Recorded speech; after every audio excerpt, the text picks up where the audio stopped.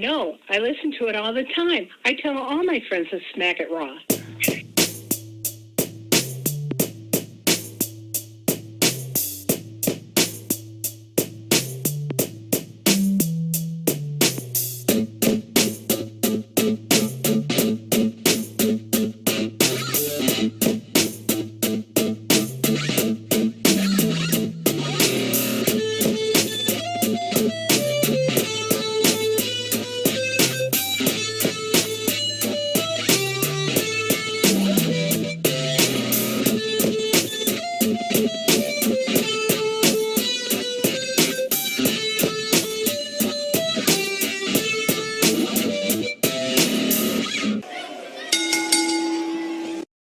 The following podcast contains mature content. The views and opinions expressed by the host are not necessarily those of the host. Discretion is advised. Ladies and gentlemen, welcome to the Smackin It Raw podcast, episode 214. I am your host, the Warden Matt Ritter, and I am here today with basically honorary members of the Smackin It Raw podcast at this point. She is the host, proprietor of the She-Leet Showcase, host of In the Mind of, and soon to be In the Crowd. Her advocate is Wreak Havoc. He has many names for her. I call her Kindercare. Katie Vick. I really like Katie Corbin, but she wasn't a fan of that. Don't like it. You all know her. Hopefully you all listen to her. Miss Katie Kinsey, Bay. What's and up? Also 1/4 of the Get Yo podcast, 5th, depending on. Well, see, I don't count Daryl because Daryl don't show up and Daryl don't talk to me no more. So, like, for me, Daryl's out. He went and got married and forgot about me. So 1/4 of the Get Yo podcast. I hope he hears this and gives me shit in the cafeteria when his wife gives him his phone back. From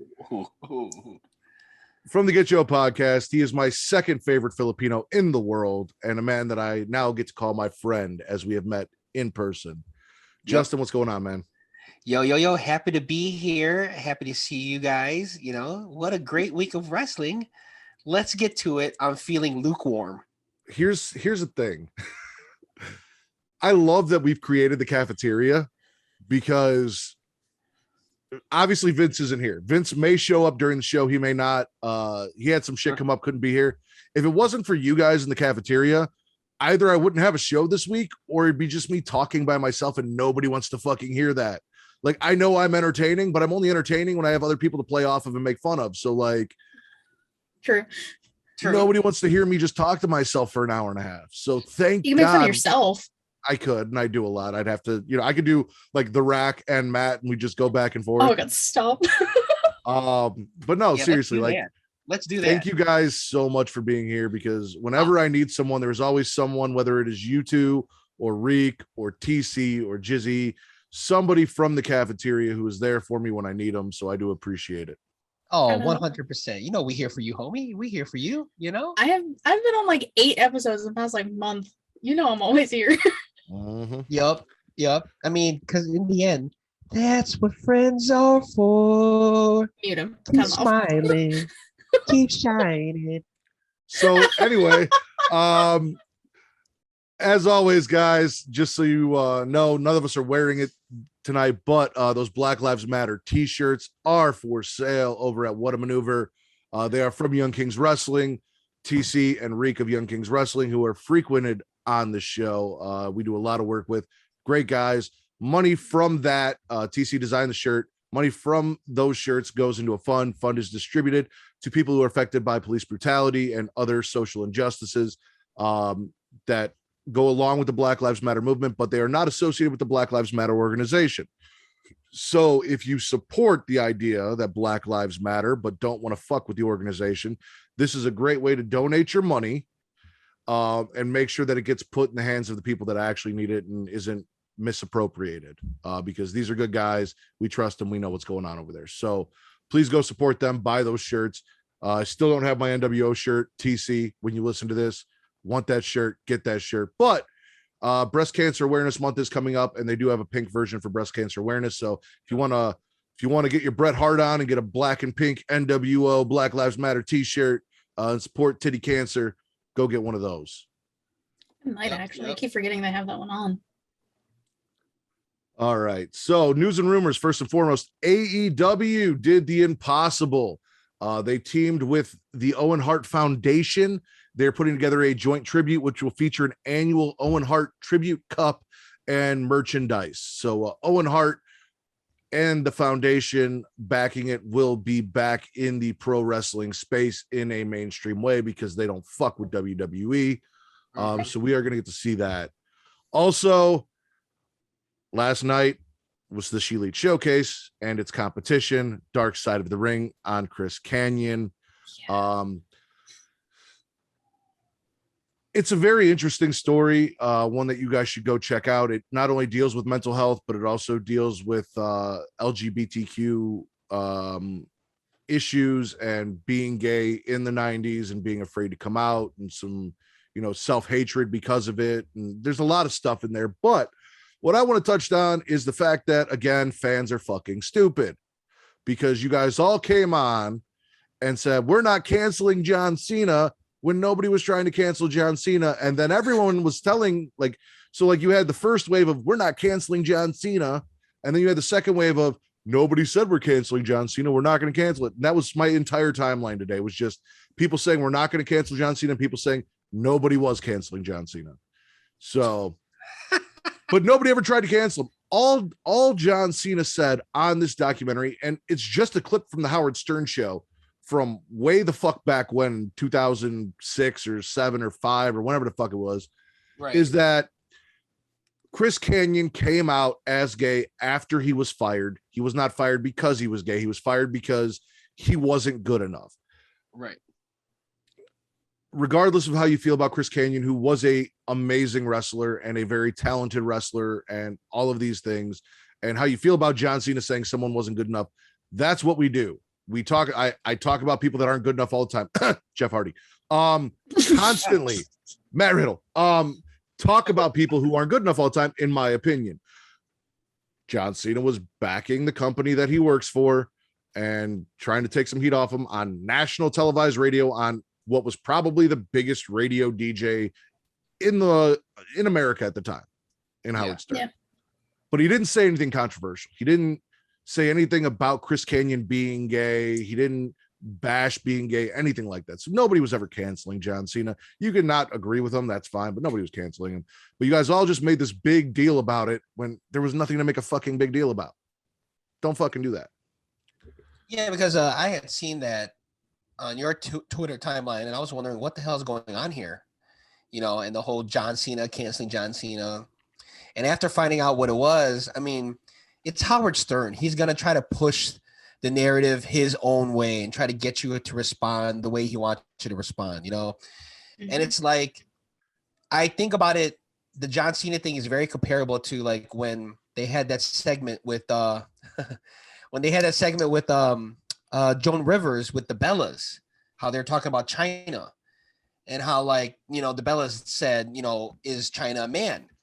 It's like the same thing. Like, what I mean? It's like they're both getting heat for things they said in the past. And, it wasn't right at the time, but it's not like they should be held accountable. You know what I mean? And the difference is, I see what it does, but it does make sense. The difference is the Bellas actually said China might be a man. John Cena didn't say anything even remotely offensive outside of Chris Kanyon wasn't good enough and got fired because he wasn't good enough. You're right. So no, you're right. But that's the thing is holding mics. As we're both holding mics. If it's not that, I mean, the Bella Twins also got canceled or whatever, got bitched about on Twitter. But like, it's not even to that extent, and it is what it is. So, true. Also, Netflix is releasing a Undertaker and New Day Goosebumps Choose Your Own Adventure movie that I'm super stoked for. So Netflix has these. My wife is a big fan of Bear Grylls, and there was one with Bear Grylls where it was like a choose your own adventure where he would come up and you would choose like which way he would go or what he would eat, stuff like that, and it would change the outcome of the story. It was kind of cool, interactive, also a little cheesy. So I'm very curious as to see how Netflix does this.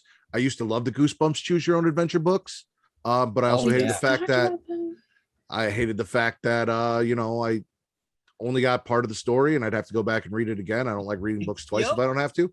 So no, I'm stoked on it. It's cool, and I'm looking forward to it. The trailer looks dope too. So real quick before we move on, what is some of your favorite Goosebumps books, guys? Mine is The Night of the Living Dummy.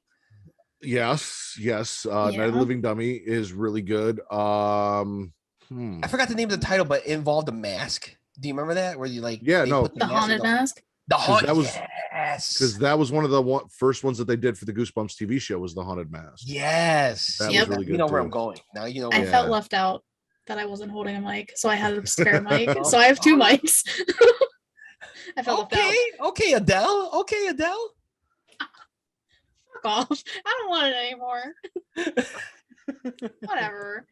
There was the creature under the sink that was like the evil sponge. That one was fun. I think there was one about a werewolf.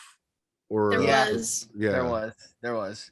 Yeah, I like that one as well. There was one. It was called Welcome to Terrorland. Was that one of the choose your own adventure ones? No, that one was. I remember like the movie or the episode they did of it on that used to be on Netflix. Might still be. I don't even know. It was like this family goes to a theme park, but they end up on and it was haunted. It was like it had a life of its own. It was like a game show, basically run by monsters. Yes, I remember that. My favorite episode. That was twisted too, though. Yeah, it was fucked up. My favorite episode was Welcome to Dead House. Oh yeah, that's another good one. I don't even remember the book, but the episode alone was my favorite. Dude, if you look back at some of those episodes, it's like really questionable. Cuckoo Clock of Terror. This is kind of yes. Deep. What's up? The Cuckoo Clock of Terror. Oh yeah. Yep. That was good. I went and looked at them. Now I'm just looking at them. Yeah. I just love getting the books too, like the way that they were designed with the slime and all that. It was so dope. And then anyway, this has nothing to do with Fear Street. Oh, it doesn't. It doesn't. Oh, I love that. Fear Street was great on Netflix. Which is where this New Day Undertaker show is going to debut. So keep your eyes peeled for that. Go check that out. I'm stoked for that. Last but not least, in news and rumors, because this will be carried on through the show, Daniel Bryan apparently did an interview where he talked about how eating apples is basically eating tree semen because fruit is tree semen. Yep. So for the duration of as long as I feel necessary, Daniel Bryan's new name on this podcast is Tree Seaman Danielson, and that is how I'll be referring to him. Tree Seaman Danielson had a 5-star match. Yes, that is what he will be known as. Also, anytime QT Marshall eats an apple, I will be talking about how he's eating tree semen. That is a new. So then, what is apple cider then? If apples is tree semen. Is that the gargling part? You know what I'm saying? Like, is that the snowball effect of the whole process? I suppose it would be something along the lines of like if you made a semen smoothie. Ew. Oh, okay. Apple cider is a tree semen smoothie. Okay, I'm down with that, and I love the taste.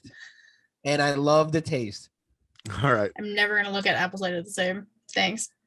Katie, where do you want to start? Ladies first. Oh God. NXT. Also, I took my notes a little different, so okay. I'm gonna see how this works. We kick it off. We got Ciampa's championship celebration. Kushida loses to Roderick Strong. We have a new, I guess, NXT Cruiserweight champion. Yeah. Correct. Yeah. I want to say 205 Live because that's technically what it's supposed to be for, but I know it's not that anymore. Mm-hmm. Yeah. We got a generic Italian vignette for a wrestler named Tony D'Angelo who's coming. Kaylee Ray defeats Amari Miller. Briggs and Jensen, country boy bar package, or as TC called them fake PA. Some dude named Dante Chen beat Trey Baxter. Yep. Andre Chase, football coach vignette, breaking down the footage of Odyssey Jones. Grimes defeats John Wayne Gacy. Carmen Electra, Jennifer Lopez has an enhancement match. We get to see Von Wagner's package. Yes. Gonzalez confronts Casey and crew backstage about a match next week. And then we get the debut of Lash Legend telling Frankie that it's going to be a 3-way.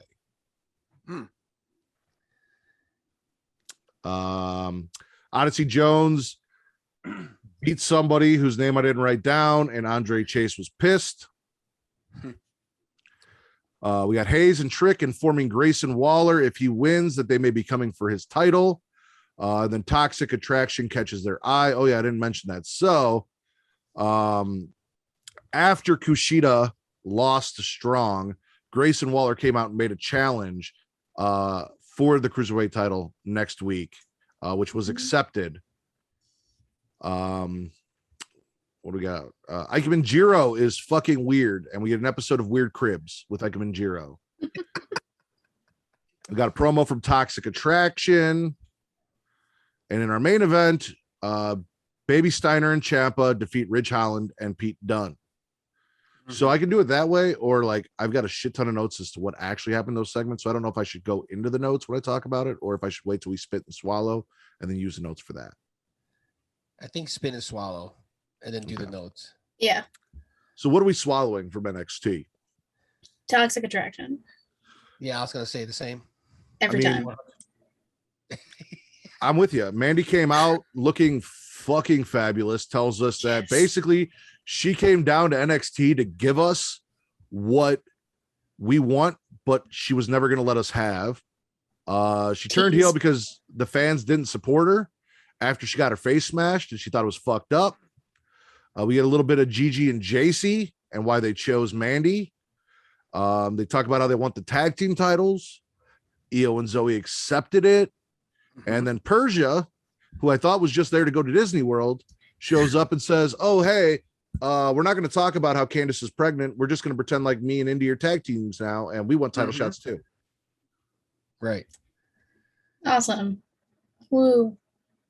Yeah. It's just a fast track way to say, yeah, we got more tag teams, like basically, that. So, I was always attracted to Mandy Rose as a blonde. I am that much more attracted to Mandy Rose with her natural brown hair color. Yes, sir. Gigi and JC are not unattractive women, yet somehow they make Mandy Rose even prettier standing next to her, and it's really fucking weird. Yeah. I wouldn't be lying. Those are apple semens I would love to have. I would like to make an apple pie out of those, if you catch my drift. Oh, yeah, perhaps, I'm saying apple cider lattes, perhaps hot or cold. Either way, it's going in my mouth. Okay. I'm so glad you came by today. God fucking damn it. You had anything on Toxic Attraction, their promo? Katie? I like that they're going for the titles because like they beat down the only actual other tag team in Team Ninja. So it just makes sense. And then you can get the titles off of Io and Zoe because they're not doing anything with them. Put them on Toxic Attraction. Dude, Let them I don't know. Run amok. I don't know what at what point NXT became WWE, but they have just abandoned their tag teams on NXT. Honestly, I know. Like, tag team titles are never featured at all anymore. Yeah. What else are we swallowing?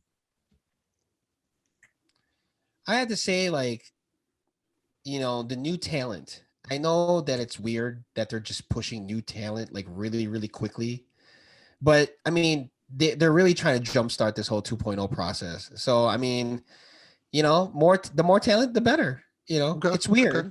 But are you excited for Tony D'Angelo? Oh my God! Well, are we at the spits part or not yet? No. You said the new talent, so I'm talking about new talent.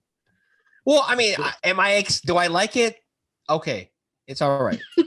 Am I Are you here excited? for it? The return of the FBI, probably. Oh my god, dude. Well, the fact that he started off in Chicago and then that was like the representation for us. And I was just like, no, that is not, no one sounds like that. You know what I'm saying? No. And nobody walks around with that goofy ass Dick Tracy looking hat right there, you know. What about Briggs and Jensen getting in a bar fight and then becoming friends? Because So the bar. I mean, isn't that how it happens though? I mean, they respect each other apparently. because they hit each other really hard. exactly. I mean, So the bar. Oh yeah, the bar. Yes, the bar. Yeah, not the bar, Literally but the Cesaro and Cesaro Sheamus. Yeah. But they remind me of do you remember when the Smoking Guns? That's who they remind me of. Okay.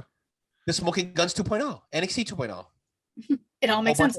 Which one is Bart Gunn and which one's Billy? So which one's actually going to stick around and which one's actually going to surprise you and can throw a shoot punch? Ooh, that's a good one. Whoever was wearing the lighter flannel is Bart Gunn. Okay. And I couldn't tell the darker flannel is going to be Billy. Listen, I've been watching FTR for months now, and I still can't tell the difference between Dax and Cash. So I couldn't tell you the difference between Briggs and Jensen. Okay. I'm not sure which is which. All right, so we're gonna run down more new talent. Dante Chen getting a win over Trey Baxter, which, by the way, how the fuck did Trey Baxter get Cora Jade? Hey, because after the match, Cora comes out or comes in the locker room and like, apparently they're together and they're dating. And she's like, hey, it's okay. And she gives him a kiss, but basically all she said was, dude looks like a superhero. Don't feel bad. And that's what he hung on to. Not, I love you. Here's a kiss. It's okay. Don't feel bad. You'll get him next time. It was, he looks like a superhero. So now he's got this self-deprecating sadness building up inside him. He's worried Cora's going to go fuck the superhero. That's what she wants. And it's going to be a jealousy angle. That's what I'm foreseeing. Probably. You're probably right. Probably. I mean, she's, you know, like her name, she's jaded.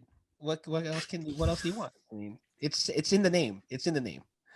Were you feeling Dante Andre Chen? Okay, I have go to ahead. support Dante that. Chen. Yes, I have to support Asians. that because obviously Asian. So, and NXT, like we talked about on our show, meet their quota again with the one Asian, the one Asian male quota. So we have to support two. Who? Oh, Kushida. And no, three. Ike Minjiro. 3.0. Cribs. Dude, you're right. Oh my gosh. And when Boa comes back, 4. This is probably the best for Asian males. This is the best NXT ever. I gotta say, you know, forget about what happened on Rampage last night, Justin. Forget about what happened on Rampage. This is by far the. Were you digging the Andre Chase college football coach breakdown of Odyssey Jones matches and apparently like in front of students? I don't know where. I don't know. That seems so old school, right? Like so old. That was weird. 90s, like yeah, that was Saved by the weird. Bell type shit. Yeah, I don't know. How about John Wayne Gacy and his super positive attitude? Listen, I am from Chicago. I grew up in the south suburbs of Chicago. John Wayne Gacy happened not very far from where I lived. I will never be able to look at a man named Joe Gacy and not hear John Wayne Gacy, especially with that creepy ass look on his fucking face with his power of positivity bullshit. This man came out and said, I'm here to embrace conflict resolution and not fight. And then after losing the match, gave Cameron Grimes a big hug after Cameron beat him. That's a scary dude. It's fucking weird. But it's like we were talking about this the other day. Like we were talking about this the other day. It's like another Dexter, though, right? Don't you? No. Because Dexter is a horror movie-esque stalker. Okay. Gacy has a van parked outside the CWC that he drives around fucking parks and schools to pick up little kids when he's not training to wrestle. These are two different characters. What you really mean is that he lives in a van down by the river. Yep. That is correct. No. Dexter Loomis tucks it in and listens to Goodbye Horses in the mirror. Gacy is eating people in his basement. Oh my gosh. That was Two different people. I was gonna say. One's Buffalo Bill.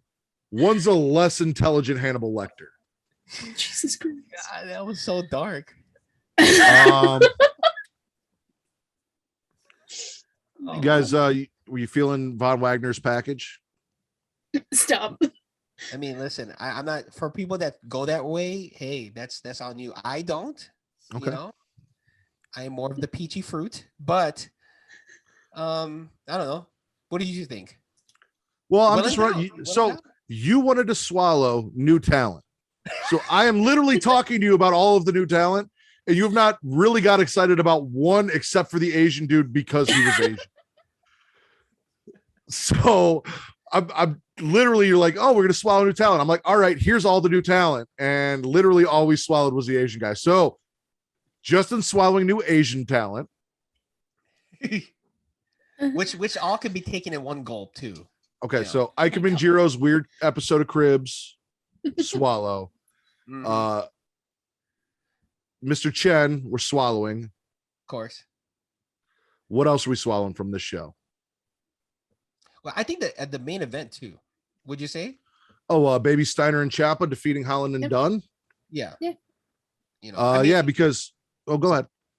Well, I was gonna say just like Baby Steiner putting in this limelight and showing that he can really, really go. Because he's in there with three experienced wrestlers. You know what I'm saying, at an elite level. So this shows that he can hang.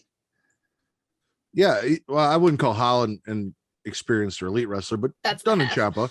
Yeah, well, Pete Dunne. Yeah, Pete Dunne. yeah. But yeah, no. So he's like the best of both worlds. Like he cut that promo, and I wasn't looking at the screen. I'm like, holy shit, Scott Steiner. Like that's the voice I heard. He sounded like Scott Steiner, but coherent. So I was like, oh shit. I looked, I'm like, oh no, it's him. So he's literally like half Scott, half Rick, which hopefully the best of both. I really wish they'd not give him the 90s weird. Like I understand it's a tribute to the Steiners, even though he didn't take the last name Steiner by doing the singlet with the colors, because that's what the Steiners wore in WCW and shit when they were the Steiners. So I get it, but it just doesn't work for me in 2021. But no, dude, the guy's fucking insane. He hit the Steiner recliner. We had Hipster Kyle return, which I wasn't a huge fan of, but hey, he's back. He took out Holland. Right. And then you got the tease at the end where Baby Steiner's kind of holding on to Goldie and doesn't really want to give it back to Ciampa. It's like, bitch, you haven't won this yet. Hand it back to Daddy. Exactly. I like that though. I love it. Yeah. How about BFAB and Elektra Lopez? Because Elektra Lopez had her enhancement match. We got a promo from Escobar where he puts her over. She looked fantastic. Lopez threatens BFAB and the roster, basically saying she's here to fuck everyone up. BFAB jumps Lopez because Hit Row came out on the ramp and distracted Legado. She came in from behind. We got that little brawl there where BFAB, jumped her. So I enjoyed that. I really enjoyed the feud between Legado and Hit Row, and I kind of wish it was more of a main focus like it was a couple weeks ago. I get like new talent, but BFAB and Elektra Lopez are new talent. Everyone in Hit Row is young. Everyone in Legado is pretty young. Like, let's make this a big deal. Hear me out. War Games, Legado versus Hit Row, but include the women. Yes. I'm down with that. Let's do it. Make it happen. Someone make it happen. Let's do it. Because there's no Undisputed Era to have a War Games match with. That's true. And you can still put the women in the War Games match. We've seen stuff where Becky, as we've talked about, took the end of days and stuff like that. But also the women could be in the match and get offense on the men and then not have the men really hit the women with offense. Like they'd be off brawling, doing their thing. You get BFAB coming out of nowhere, taking out Legado, or Elektra taking out Swerve, and then BFAB coming for her before Swerve hits her. Like there's a way to do it. And I'm like in the mixed match tag. Yeah. Remember? Kind of. They did shit like that. Yeah. Kind of. Just let it happen, please. That would be awesome. Yep. Oh yeah, we also had that. I'm gonna swallow the Ciampa. What did the fart noise come through? Yeah. I knew that was the sound effect that you were doing, but it took a minute for me to be like, oh, And then I was like, well, so and I was like, we I had to put myself on mute. I thought it was me. I had to put myself on mute. I thought it was the me. championship celebration just kind of set up the whole night, which was nice because you've got Grimes coming out saying he wants a shot at Ciampa, and Gacy tries to shut him down, but before he really gets a chance, LA Knight comes out and wants a shot. Oh, that's who it was. Odyssey Jones versus LA Knight. That's what the match was, right? Mhm. Yeah. That's why I didn't write his name down. He wasn't important. Exactly. Odyssey Jones shuts him down, and then Dunn and Holland come out and talk shit, and then we get a big brawl for whatever reason out of nowhere. Fucking GYV just runs in the ring to get involved. Like they're not even out there, but they're like, oh, people are fighting. Let's get down there. They're not breaking it up. They just wanted to get in it. Well, I mean, Grimes was in there. They got something against Grimes still, so yeah, that's true. I'm just trying to make it make sense. And we also cut backstage to BFAB fighting with Elektra Lopez while Kaylee Ray was fighting with Amari Miller. So like it basically just the opening segment set up our whole night, which was nice. Yeah. I enjoyed that. We swallowing anything else from NXT? Oh, I don't know about this Grayson Waller guy, but I really enjoy what they've been doing with Carmelo Hayes and Trick and that whole confrontation there.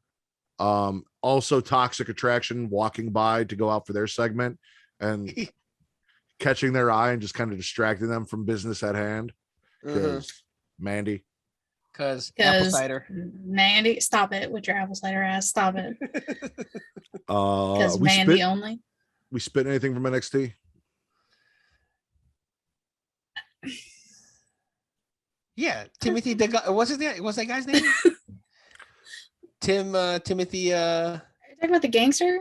Yeah, the wannabe soprano looking motherfucker. Yeah. Oh, you don't want to swallow, even though you swallow new guys, you don't want to swallow Tony D'Angelo. Yeah, Tony D'Angelo. That's what I'm saying. Tony D'Angelo. Put some respect on these Italians, damn it. Yeah, come on now. Respect the Italians. I was gonna say you're sitting here talking about all these Asian people, and then we got one Italian dude, and that's your spit. I'm spitting hipster Kyle. I don't give a fuck about Kyle O'Reilly. Yeah, same. Yeah, I'm with I don't you. really know any cool Kyles. No. Like, like on God. Pretty Kyle. Oh, well, yeah, pretty Kyle.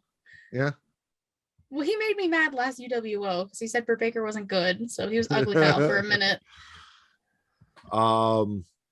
So you're spitting the one Italian on the show. Fair enough. For now.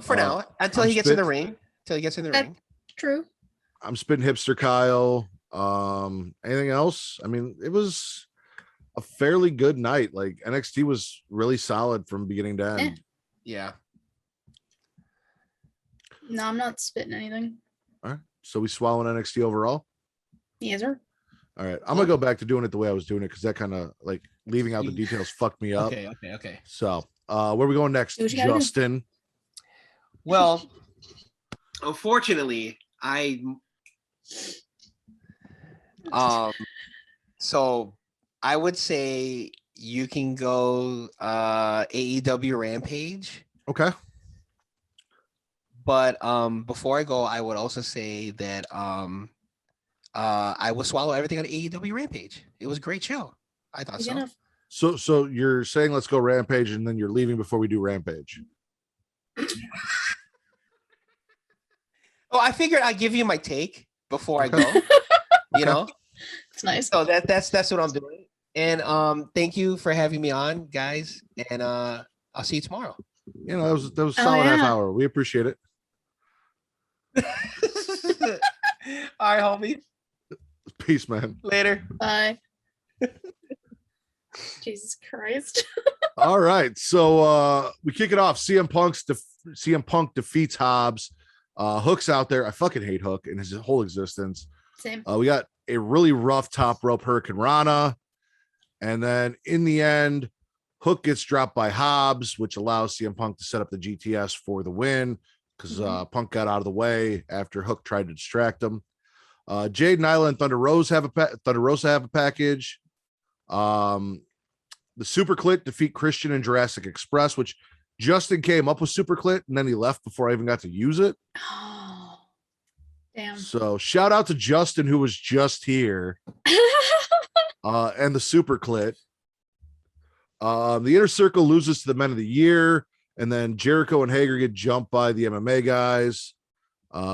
Even Paige Van Zant got in there, did a Roman Reigns cock of the fist, and started laying some punches into Jericho. Mm-hmm. The Hardy family office was all over Rampage. They lose to Proud and Powerful, the Lucha Bros. Mm-hmm. Cassidy came out mid-match and distracted what I'm now referring to as Matt the Barber Beefcake before he gave a haircut to one of the members of Proud and Powerful. Also, he laid out Jobber Evans. And then Matt the Barber Beefcake puts Jobber Evans' hair on the line in a match against Orange Cassidy. Because if Brutus the Barber Beefcake ran a stable, this is what we'd get. Is Matt Hardy and the Hardy family office. Yeah. Sammy comes out. I thought it was for a match for the TNT title. They made it sound like that we were going to get a match. That's Wednesday. Well, I know it's Wednesday now, but I thought it was going to be tonight, and then they moved it. I don't know. Anyway, they came out. He did his cue card bullshit, even though we could hear him, and he could have just used the mic. And then Miro jumped him and put him in. Game over. Game over. Yeah. I want to call it the accolade. I've been calling it the accolade for so long. I want to call it the accolade.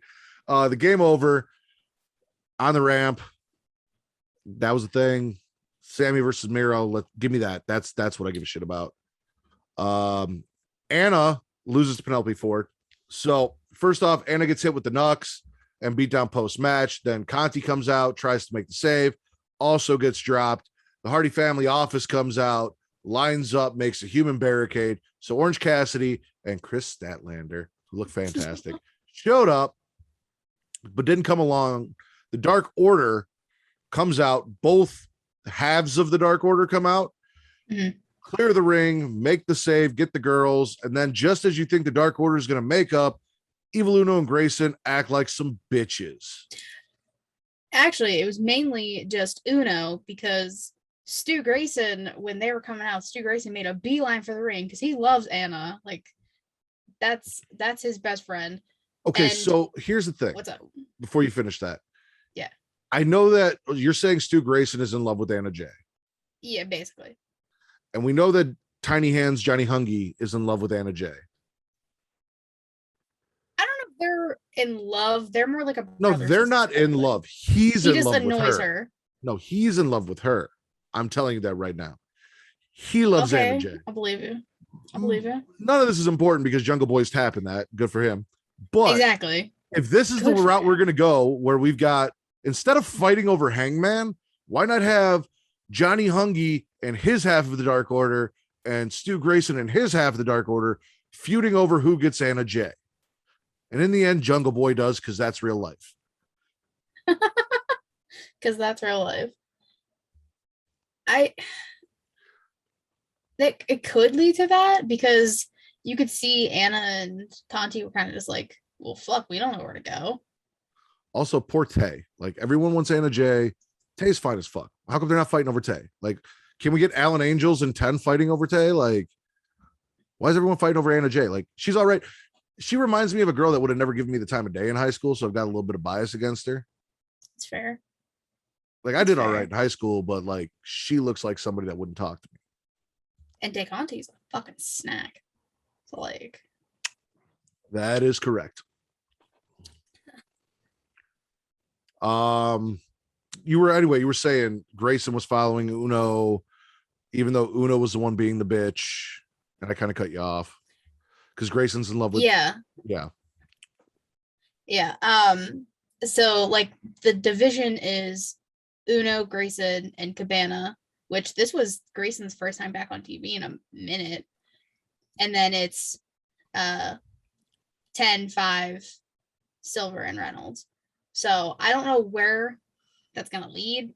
It's just Evil Uno needs to get his head out of his ass and just be the not leader and just get them all back together. Because the other ones want to make amends, but it's Evil Uno who's not letting it happen. I say Grayson and Uno are being bitches because they're a tag team, and I feel like you are now culpable with your tag team partner. If you can't get him straight before you get on TV, then you are as guilty as he is. If he's being a bitch and you go with him, you're being a bitch too. You could have stayed. Fair.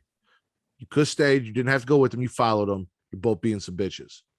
And that means Cole Cabana's also a bitch then if he followed. Well, as somebody from Chicago. We're not going to get into that. Our main event, Suzuki Goon, apparently is how they say it, versus Mox and Kingston. Forgot Lance Mox, Archer. well, that's Suzuki Goon is Well, Archer I and guess. Suzuki. If I had I said guess. Murder Grandpa and Lance Archer, so I got a question for you. What's up? Is Lance Archer still the ICUP Northwestern Hemisphere champion? Um, Because he didn't have the belt. No. Who IWGP US. That's what I said. Look. You said a ICP bunch of things that were Northwestern not that. Hemisphere champion. Listen, Justin No. left. I almost called it the ICUP Pearl Harbor Championship, Oh my god. but Justin left, so I went with Northwestern Hemisphere because I feel like World War II jokes are okay now. It's been long enough. Like, Oh my god. Are they? I mean, maybe. Oh wait. Oh, it's Tanahashi. Tamagotchi won. When did Tamagotchi win? Parent. When the fuck did they have a match? Oh, Probably- when they had their resurgence show in LA. I didn't know Santa's Village was in LA. Interesting. Stop it. Well, look at that. So yeah, Tanahashi is The first Japanese ICUP Northwestern Hemisphere champion, because everyone else has been white and American or Canadian. Because or Canadian. we'll talk about that, but I got issues with Kenny because the North Carolina thing. But we'll talk about that when we get to Kenny. Okay. Homicide shows up in the main event, helps Mox and Kingston get the win. Also, fun fact, fairly certain Renee and Mox are not only into BDSM, but that Renee is the Dom. Because Jon Moxley left a lucrative career in the WWE, making millions of dollars so that he could go and get tied up and beaten on national TV damn near every week. He is the only one outside of maybe Chris Jericho that is consistently in these lights out matches, these hardcore death match things. He likes being tied up and beaten. And Renee married him, so she's got to be into it too, probably on the opposite end. They've got a 50 Shades of Grey sex dungeon in their home that hopefully they lock when the baby comes, because you don't want the kid getting in there and playing with shit. Well, she's already born, and I don't think she's gonna be going. If they have a room, I don't think she'd be going. They have a room. You think they have a room? No, they have a room. Okay. It's got a big GCW sign on the door. They've got a room. They smoke meth and beat each other. It's fun. Oh my god. That's not true. They're not Nick Gage. Worst. Swallows. Everything besides the Hardy family office. So Suzuki Goon. Oh, wasn't Little Uzi Vert supposed to be there, or is that going to be on Dark? I don't know what that was filmed for. Yeah, I was gonna say I saw a clip where filmed. like the Acclaimed were out there and Tony came out and he goes, I don't rap, but I got friends that rap. And then he brought this dude out. I assumed he was coming out to join Suzuki Gun because his name is Lil Uzi Vert. And as you all know, the only guns that they use in movies is when they're driving Yamaha or Suzuki bikes is Uzis.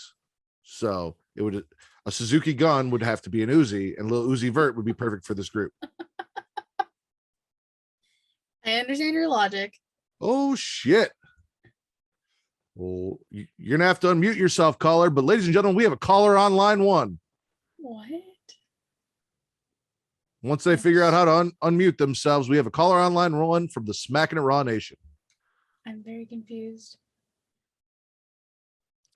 We're just gonna keep talking until he figures it out. So Swallow and Suzuki Gun, Mox and Kingston. Here, I can do this. I can ask him to unmute it. That might help. There you go. Sammy getting beat down. Yeah, because it sets up for the match. Hello, caller. Hello. Hi. Yeah. Welcome to the Smackin' It Raw podcast. Yeah, the #1 podcast on Pornhub. That is correct.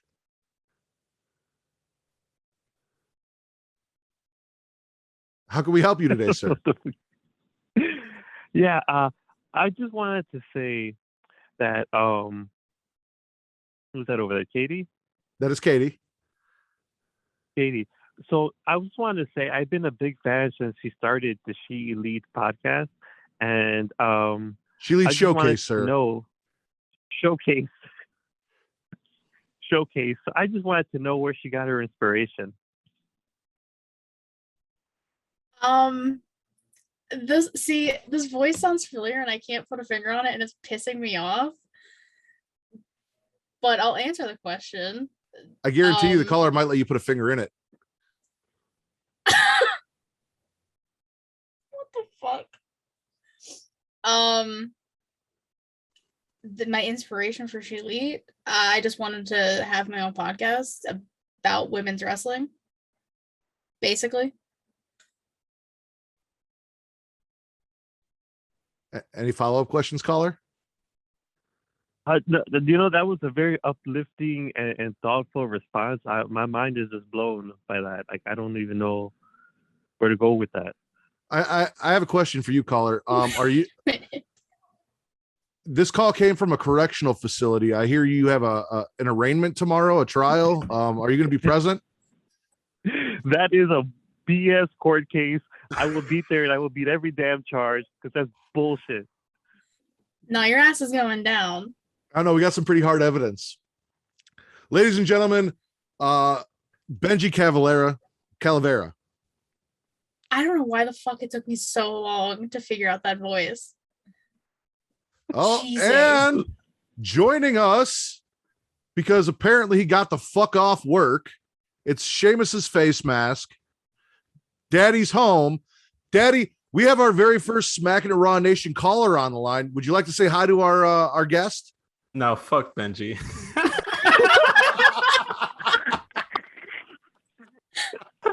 Oh my god. Wow. I honestly want to know how you knew it was Benji. Because he said in the group chat that he was gonna call in earlier. Oh, So I knew it was him. Did he? And, yeah. And this I wasn't paying man, attention. this man is like lives the life of a luchador because he refuses to show his face on Zoom calls. No, His he's ass out. is showing his face tomorrow.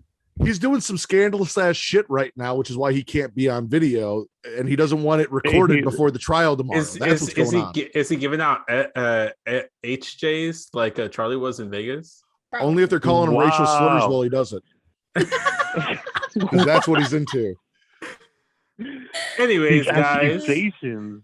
Anyways, guys, before I interrupted you guys, Daddy's late, but Daddy is home. What did I Daddy miss? is home. We already covered NXT, so you're fucked on that. Great. We were in the middle of Rampage. Benji was about to tell us about all the fun things he's doing with mayonnaise people in a parking lot.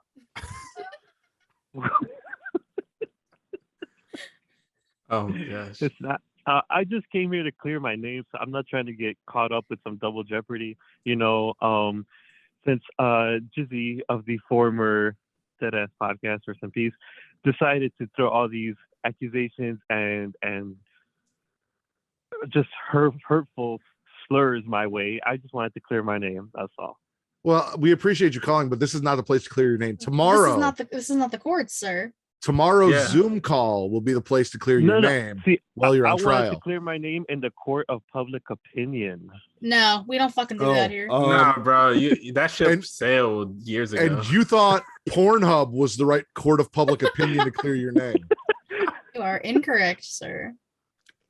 Listen, I thought I was in a reputable podcast with reputable people, and Well- you are the company you keep, right? That is true. Eh. All right, we're gonna. Do you want to stay and talk with us through the rest of the show, or how do you want to do that, Benji? I got time. I'll give you some time. Oh, All right, so- okay. I'm glad you can afford us a little spare time. Did you get to watch Rampage tonight, Benji? I did. Or are you catch on a little bit of it. rampage tonight? What All right. it was? Is you on a Rampage tonight? Is there anything you want to swallow from Rampage specifically? Hobbs. I'll Will Hobbs right there. I'll swallow. You want to swallow Will Hobbs? You All like right. big meaty men, I see. I mean, look. Why do you think he called into this show? Trust me, after meeting you this past Saturday, fits the description. Fits the description. Oh, that's right. You guys met up for the first time, right? How was yeah. it? Yeah. Got my first ever HJ while podcasting under the table. It was great. Yeah, Charlie was doing stuff. It was a Vince. I'm not going to say whether it was Asian Vince or Vince, but it was a Vince. The only hand. I mean, you said business Vince had soft hands. He did have soft hands, and he was sitting right to my left.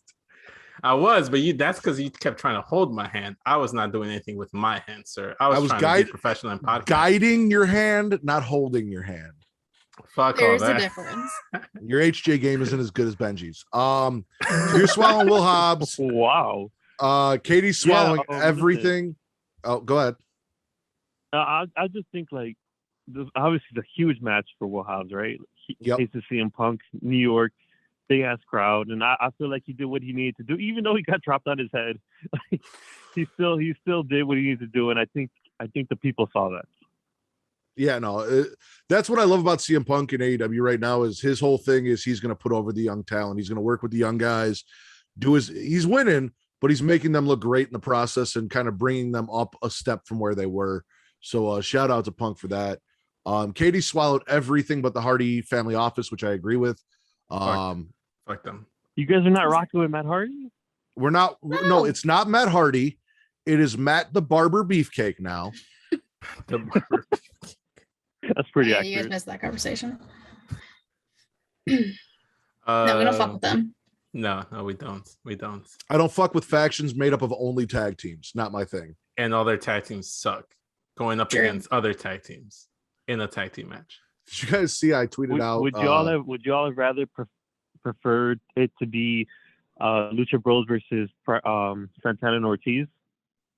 Save that for your pay-per-view. Well, Pay-per-view? Okay. We Benjamin, me and you might have seen it here in Chicago because those motherfuckers tore it up in the Chicago indie scene before Corona. But yeah, save it for a pay-per-view. What's the next one? Full Gear? Yeah, the next one's Full Gear. Here's what I want to know. You got Lucha Bros and Santana and Ortiz out there. How the fuck does Homicide go help the two white guys in the main event? That's a little sketch right there. If Eddie Kingston is white, I'm not sure. He's racially ambiguous. I thought he was Puerto. I thought he was Puerto Rican. But so is LAX. They're both Puerto Rican. But I called them LAX, but Santana and Ortiz. But Homicide was part of LAX, right? And he also teamed with Kingston at one point, so he has ties to both. They have ties. It doesn't both, happen yes. if it did. If it didn't happen on TV, it doesn't matter. It did happen on TV. Where? It happened at Impact. Thank TNA. you. I looked it up. That's where LAX happened. It was originally it was Homicide and Hernandez along with. I know that. I know that, and then I know Proud and Powerful eventually was part of LAX. I wanted to say also, Impact doesn't matter, but LAX was an Impact, so that kind of fucked that up. Yeah. Are you trying to discredit the work of Hispanic wrestlers during Hispanic Heritage Month, Matthew? No, that is not what's happening. Thank what you, I'm Benjamin. saying is, thank you, Benjamin. I didn't know that Eddie Kingston was valid before AEW. Nor did I know he was Hispanic. Okay, well, I'm glad we cleared up that issue, Matt. Yeah, so now everyone knows he is Hispanic and did stuff before AEW that was actually on TV. Exactly. People didn't know because nobody was watching Impact. But can I go about my swallows, or do we? Sure. What do you want? What do you want to swallow? Can I swallow CM Punk coming out in actual? You'd have to ask him or his wife, but I'm sure you'd have to ask April. Right, she'll probably let you. I can take turns. But but I want to swallow CM Punk coming out in trunks. Because you love his thighs. We get it. Trust me. We all do. No. A good tight pair of tights. Man, that's a tongue twister. A good pair of tights make your thighs look tight. There's a lot going on over there. I don't know how in my lifetime I have had two friends that have both used the term tight tights in a 20-year span to describe wrestlers' ring gear.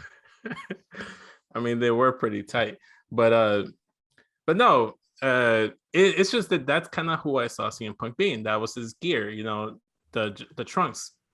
If he had came out at All Out with like the basketball shorts like he used to rock in Ring of Honor, that would have been okay. Well, he's going back to his old roots, but he's never worn tights before, so it just kind of threw me off. And he was just trying something new. He didn't like it, so he said, "Well, we're going back to trunks."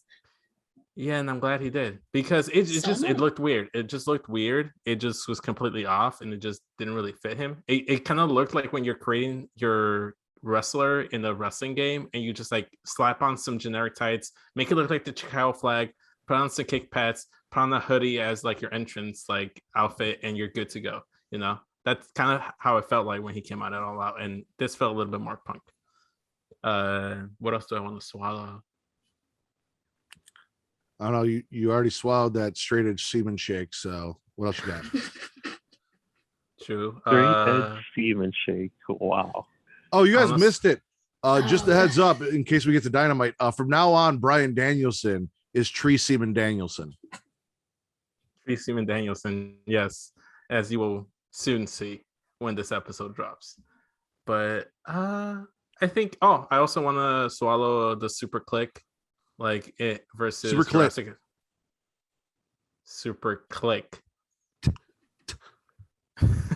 versus Jurassic Express and Christian Cage. I thought the match was really good. And then obviously, fuck the Hardy family office, but I'm here for my Latinos, my Lucha Bros, and Santana and Ortiz, so I'm swallowing them on my TV screen. All right. Are we just spitting Hardy family office? Is that our one and only spit? Benji, you want to spit the Hardy family office too? Yeah, I'll spit it. It started off good, but it's gone nowhere at this point. When was the good part, Benji? When was the good part? Well, like when it was new, like I didn't know where it was gonna go. He brought in Private Party, and I thought I was gonna go somewhere. But then it was just like they're not doing nothing. Then they brought in TH2, and then they have Butcher and Blade, and it's just like they're just there, and now they got a hair versus hair match with Orange Cassidy and Jack Evans. It's just really random to me. Yeah. Watch them add 2.0 at some point to like completely hoard all the trash tag teams. Well, Private Party's good. They're just kind of Botcher and Bland, Jobber Evans, and then Jellicoe. Jellicoe. I like that. Jellicoe.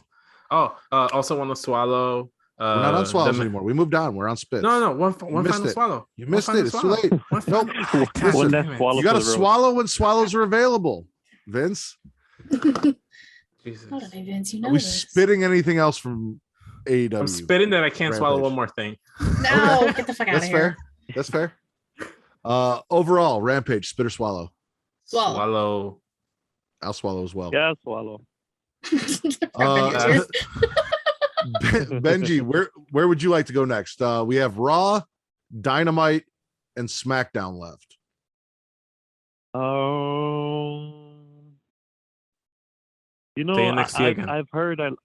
I've heard Vince likes it Raw, so let's go Raw. Okay, you're not wrong there. All right, so quick public service announcement. Matt's gonna have an aneurysm. Here we go. As much as I want to pretend that nothing happened and Roman Reigns stayed where the fuck he belonged. Roman Reigns was apparently nowhere to be found on Monday nights. WWE is just not going to allow me to do that. So preemptive spits, despite the fact that it was fantastic content.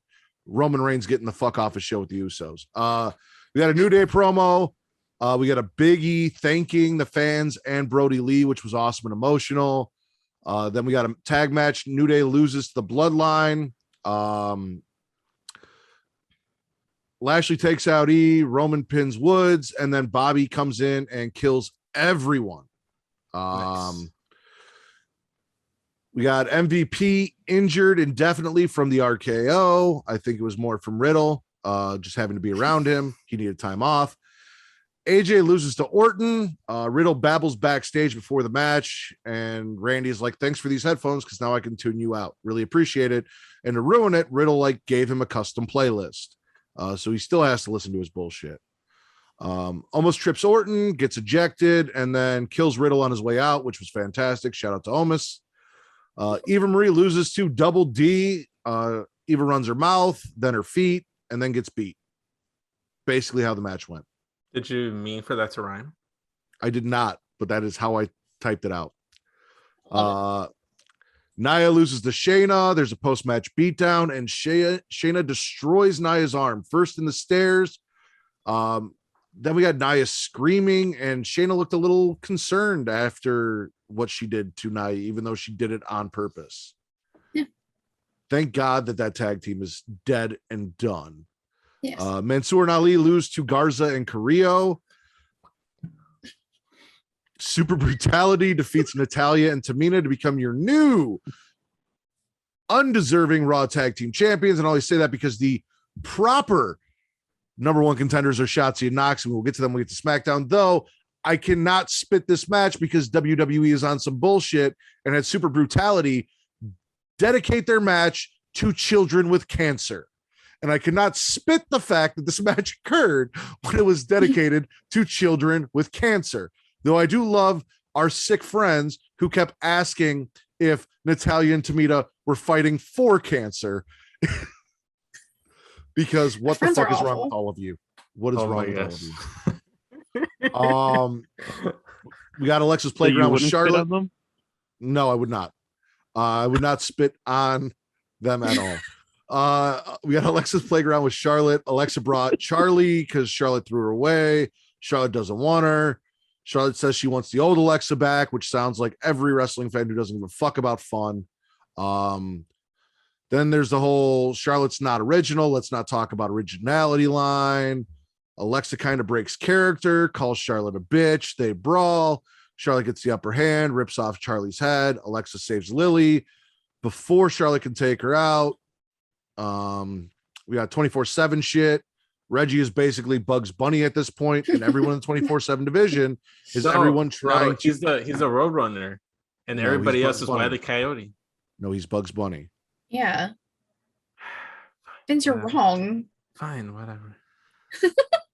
Jeff Hardy defeats Sheamus. So it is now going to be a triple threat match for the title. Priest and Sheamus brawl post match. Sheamus just taking L's all day long. And in our main event, Roman Reigns defeats Bobby Lashley and Big E in a triple threat match. We got angry Bobby backstage saying he can beat anyone, and basically leaves Sonya and Adam speechless.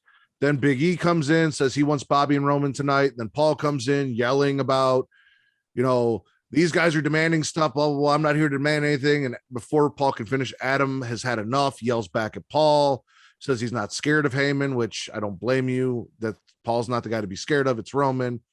Sure. Sonya makes the triple threat match, and Bobby takes out Big E with a chair, catches a spear from Roman, gets pinned. Roman Reigns, your SmackDown Universal Champion, stands tall at the end of Monday Night Raw, and the USA Network probably cried tears because they're just getting shit on left and right. All of the top name talent goes to SmackDown. Then when they get them on Raw, they're beating all the guys that they got. So, yep. That's how it goes. What are we swallowing? Oh, go ahead. Maybe they shouldn't what? USA shouldn't have been bitching and moaning about like SmackDown getting some wrestlers over there. So now they get SmackDown wrestlers on Raw, but now they're getting shit on by the SmackDown roster. So that's what you get. SmackDown is the A show. Yes. Obviously. What are we swallowing for Monday Night Raw? Go ahead, Vince. I want to swallow. No, yeah. Shut up, Reggie. Shut up. I gotta go first. I want to swallow the most handsome tag team in all of WWE. Angel Garza and Humberto Carrillo getting the win, a dominant win by may I add, that finisher was fucking fantastic, and they should be tag team champions right now. We're just gonna ignore the fact that they were like cousins or some shit, and then they had a falling out and hated each other, and we're just gonna pretend like everything's cool. Yeah, because it's WWE. They had a whole explanation about how like they've been having the storyline in main event. Granted, I have not been watching it, but I've been told about it. So there's been story. That is AEW Dark, and it does not count. It counts if you watch it. No, it does not. Well, here's the thing. On contrary to AEW and AEW Dark, they actually had a promo video. Huh? What? You're speaking German? I fucking can't with him. Can you mute this man? It'd be like he's not here. He has not given me a reason to mute him yet, so no. Oh my gosh. But yeah, they did the whole explanation. Like they did the interview, picture stuff about why they're a tag team now, how they figured that. Nobody pays attention to those. I did. Only... You know how long I've been waiting for Angel Garza? You know how long I've been waiting for more Mexicans on my television screen? Ever since Andrade left, there have been few and far between, other than Rey Mysterio. He's been proven to be a terrible father. He's giving us a bad name. I mean, AEW gives you Mexicans on your screen every week. Exactly, but I'm talking about WWE programming specifically. Listen, it was white. Now we're getting diversity, but not necessarily the diversity that you want. You're catering to a different crowd. Yeah, you're bitching and moaning. I'm not bitching and moaning about the lack of diversity. I just want more exposure for my fellow Latinos, specifically more Mexicans on my television screen. That's it. And you're swallowing. They're the fact that they were the most handsome tag team in the whole WWE universe, just cherry on top. Okay, so you're swallowing Garza and Carlito beating another misrepresented team in WWE and Mansoor and Ali. Yes. Which honestly was surprising to me because they've been on such a roll and they looked like they were going to be like next in line to be in the tag team contention. What role? They've lost every fucking match they've had together. They've been building up chemistry. Won shit.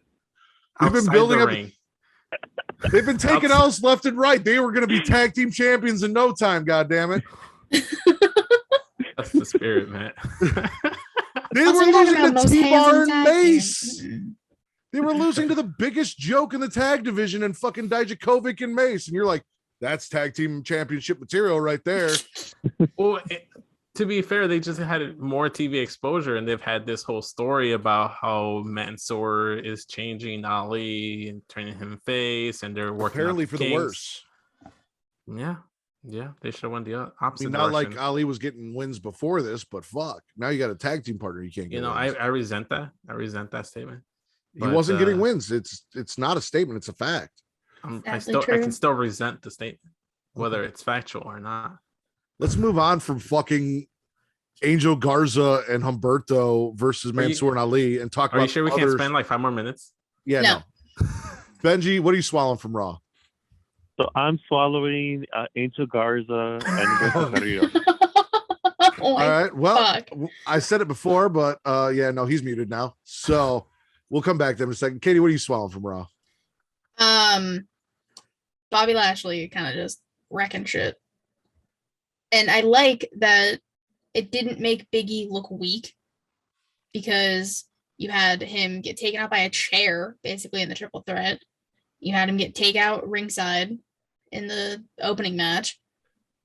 Like he still looks like a good champion, and you're not having him eat the pins and everything like that. So I liked how they're doing it. I don't know where the fuck it's gonna lead, especially with Roman being on SmackDown and his next feuds are lined up and shit. So I don't know how this is gonna lead to Survivor Series. I hope it does, so we can get Roman and E one-on-one.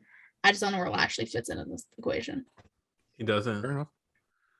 I mean, he does with E, like rematch. Mind you, we've also got a draft coming up, so we may be seeing Bobby Lashley going to SmackDown and feuding with Roman, or Big E and Bobby Lashley going to SmackDown. You never know what we're gonna get. I don't think they're gonna break up New Day again.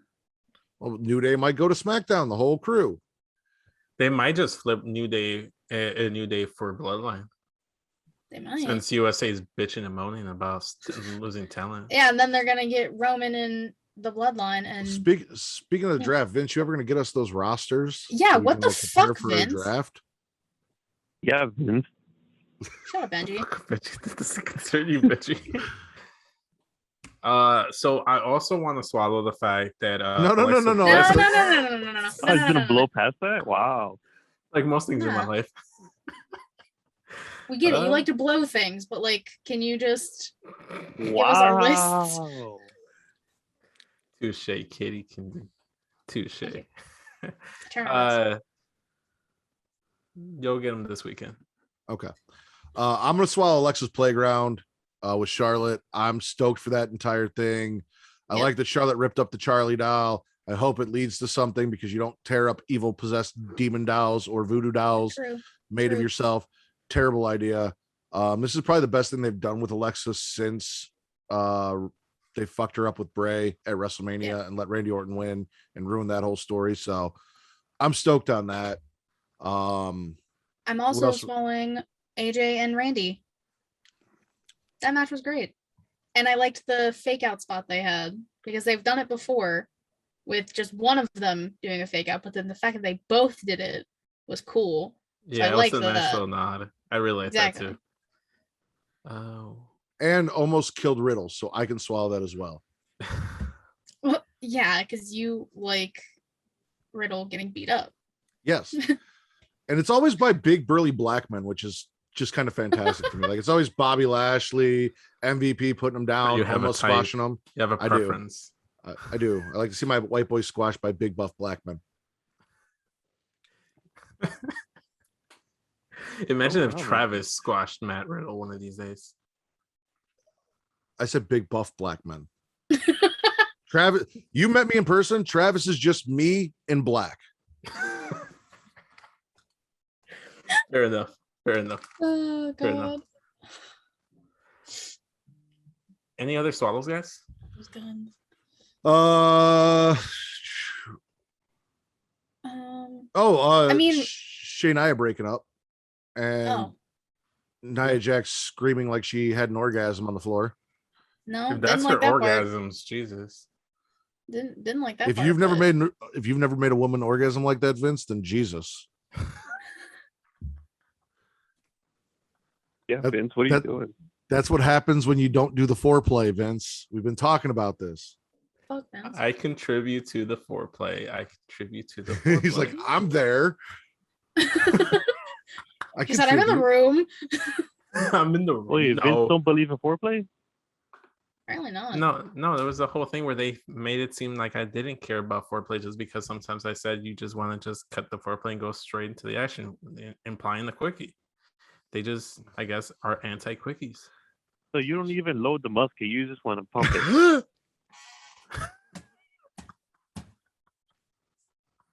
I don't know what noise just came out of my throat, but goddamn, you said you don't even want to load the musket. You just want to pump it. He is against foreplay and D'Lo Brown. Tadpole splash all day. Shane and I are losing. Are we swallowing anything else from Raw? Super Brutality taking the belts off Natty and Tamina. Because I just don't like Natty having a title. That's the only reason. And now we'll talk when we get to SmackDown, but like that's a match I would rather see as opposed to Natty and Tamina versus Shotzi and Knox. Yeah, but that creates an issue for the draft because no one was going to draft Natty or Tamina, and they were just going to be left in limbo. Now someone has to be drafted. No. We can leave them in limbo. No. I meant like in terms of the women's. An actual draft, not ours? Yeah, like in our draft. No, I meant in our draft, like what we're going to do with the women's tag titles now. I mean, we're not drafting the entire roster, so if they don't get drafted, they don't get drafted. Yeah. But you guys still need champions. So we'll have other champions. Rhea and Nikki are champions. We'll talk about it when we get there. Well, first we need lists. So this conversation is invalid. We don't even have a roster, motherfucker. We ain't got rosters, bro. Yeah, I've been procrastinating. I'm not gonna lie to you guys. I've been procrastinating because I got what list did I get down? I think I only got the tag team and stable list, and I still need the male competitors and the women's competitors, and then I was gonna send them to you guys. But then I got caught up writing my sweaty sessions for Get Show, and then now I'm like planning a new show for Smackin It Raw, which we'll talk about, or we may not. I may just tease you guys.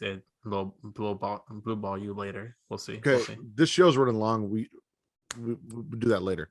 What are we spitting for Monday Night Raw? I'm spitting Jeff Hardy. Fuck that man.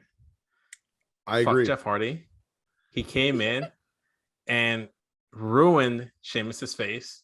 He went in here and made his singles match against Damian Priest a triple threat match, which is unfair. Like, why should But now Sheamus it'll have... be a DQ, which means it can be an Extreme Rules match because none of the other matches fucking are. It's still not fair to Sheamus. Why did he have to compete the Monday before Extreme Rules?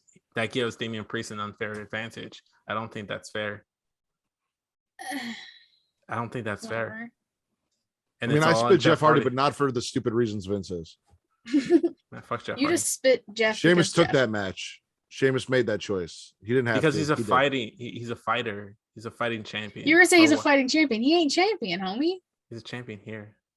In my heart. He might be your champion, Vince, but he's not the champion, so it doesn't fucking matter. He's America's champion, Katie. Get that he's right. He's no D'Lo Brown, but he's okay.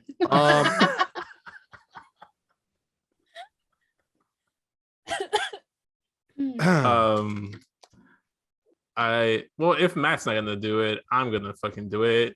I'm gonna spit the lack of a fucking brand split on Raw. Fuck that shit. I spit that right. I said at the very beginning of the show. In the beginning. I'm spitting that right off the bat. It was a preemptive spit, Vince. Where were you? Thinking of You're Sheamus. not paying attention? You know what, man? I had Sheamus on the brain, and then I had Angel Garza and Humberto Carrillo on the brain, and then that just got me thinking how handsome a trios tag team of them would be. You're just thinking of a foursome. We get it. It's okay. You can admit it. This is a safe space. Whatever gets the job done, you know. So now you believe in foreplay.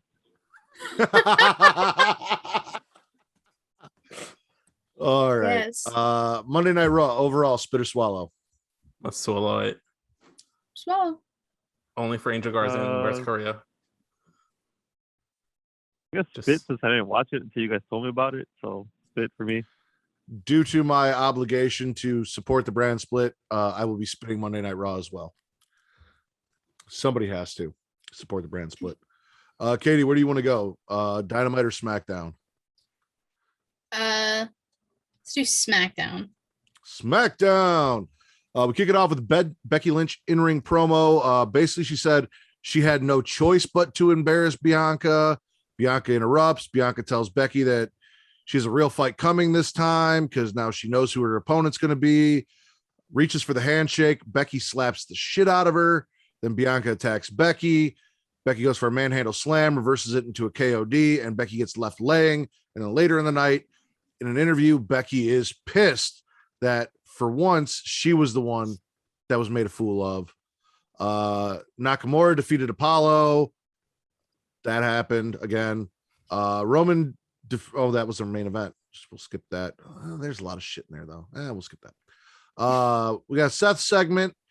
He's not happy that he may or may not have ended Edge's career. He wants verbal confirmation. So he basically says, come out here next week, crawl your cripple ass up into the ring and tell me that you're done. And if you don't, I'm going to go to your house and I'm going to make you tell me in front of your wife and your children. Just like Triple H did to Randy Orton. Edge says he's going to be there. I kind of don't want Edge to be there because I'd much rather see Seth go to his house and do this. That's much more entertaining TV. Sure. You see Morgan Phoenix binge watching episodes of Index of NXT from the network. How long have we been doing the show? I know. There's a portion where I talk, and then there's a portion where you talk. This is not the portion where you talk. It's by design. You're not Travis. That's not how this works. Liv loses to Zelina Vega with the assist from Carmella. We got Happy Corbin's talk show. He's his own guest. He's blowing money fast. He plays footage of KO getting dropped from last week. KO comes down, gets wiped out by Riddick Moss. Riddick Moss is back, finally. Yay. We got a singles match. Nikki Cross defeats Natalya. After the match, chainsaw hits, Tank comes down, dildos are launched, challenges are laid down. I am super happy that the rightful number one contenders are finally throwing their hats back in the ring against the new champ, Super Brutality. Dom and Ray Fight backstage. Dom's sick of daddy, blames daddy for losing, not this daddy, his daddy. Then Sammy shows up and gaslights him. He's like, dude, you're really talented. You're right. You might be able to beat me. Your dad's the problem. I agree. Fuck Daddy Mysterio. We got an in-ring promo from Naomi where she said she's not playing anymore. She wants a match. She wants it tonight. Katie's favorite wrestler decides that black people don't deserve shots, comes out and says she's not getting the match tonight, and then calls security like a fucking Karen to have Naomi removed. Naomi challenges her and she goes, I'm not an active competitor. That's not what we do here, in her MJF tie. And again, has Naomi removed from the arena, and during which insults Naomi about her not being able to get over on her own, not being that talented, blah, blah, blah, blah, blah. Our main event, we have Roman versus Montez Ford. So basically, Montez Ford did an interview. He's there by himself. Angelo Dawkins is probably kicking it with D'Lo. Ford calls at Usos. A wedding, apparently. D'Lo's wedding. Yeah, that's what he's kicking with D'Lo. Ford calls the Usos bloodline bitches in an interview. Roman's watching it backstage with the wise man. Like, what the fuck did he just say about my cousins? And he's like, he called them bloodline bitches, sir. He goes, I want a match with him tonight. And he's like, but you do have that match coming. I don't give a fuck. I want a match tonight. Why are you still here? Roman runs off, or I'm sorry, Paul runs off, gets the match made. On the way down to the ring, Usos are confronted by the Alpha Academy for some reason, because like that needed to be a thing. After Roman gets the win, and actually shout out to Montez Ford for looking fucking fantastic and clearly showing he could be a single superstar in this match. Still not a D'Lo Brown frog splash, but he's got a pretty decent one. Paul instructs Roman to commit a brutality and show the Demon and Brock and everyone else what will happen to them. Out come the bloodline bitches. Roman ends up taking Ford, putting him through a table, beating him with chairs. Lights go out. The Demon's here, and the Demon makes the save and beats the dog shit out of Roman and the bloodline, standing tall. So we have both challengers for both championships standing tall on the Friday before the pay-per-view, which means no title changes Sunday. Yep. Because WWE. What are we swallowing from SmackDown? Katie, Benji. Oh, I was gonna let I Benji want go to first. swallow the fact that this time Becky Lynch didn't come out with the Bantu knots looking like Cynthia from the Rugrats. Because what the hell was that? I also saw them call her Poison Ivy from that really shitty Batman movie with the Batman and Robin. Yeah. So I'll swallow that she came out regular, even though Becky's whatever. I'm gonna swallow the fact that she came out more presentable this time. Stealing all of it with Thurman swag. Honestly, I'm swallowing Roman and Montez because that match was fucking incredible. Yeah, and awesome. Shout out to Montez for the table spot, because the table just collapsed. Like, yes, while he was about to just jump off, played it off, and then just continued. And then McAfee's comment was great. Montez Ford went to go step up on the table, and the announce table just folded quicker than Vince under pressure. And Montez played it off like it was nothing, ran, jumped off the stairs, and hit Roman. Great. The match was incredible. It was really good. I want to add a still sub swallow to that. Montez Ford's gear. Was he paying homage to Tommy from Power Rangers, having like the white Power Ranger mixed with the green Power Ranger gear? Like, I felt like it was shades of that. Maybe. I didn't see that. Yeah, that's the whole time. That's all I noticed. I'm like, is this like a Power Rangers cosplay mesh thing? I thought it was really fucking cool. Maybe. Could have just been like,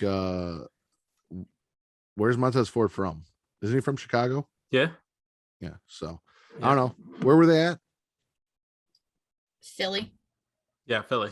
So nobody's white and green in Philly. Yeah, maybe you're right. Yeah. Fuck Philly. Philly. I got nothing against Philly. I'm just saying there's no teams. No, Eagles. The Eagles. Duh. He could have been an Eagles thing. White and green. Philadelphia Eagles. Could be.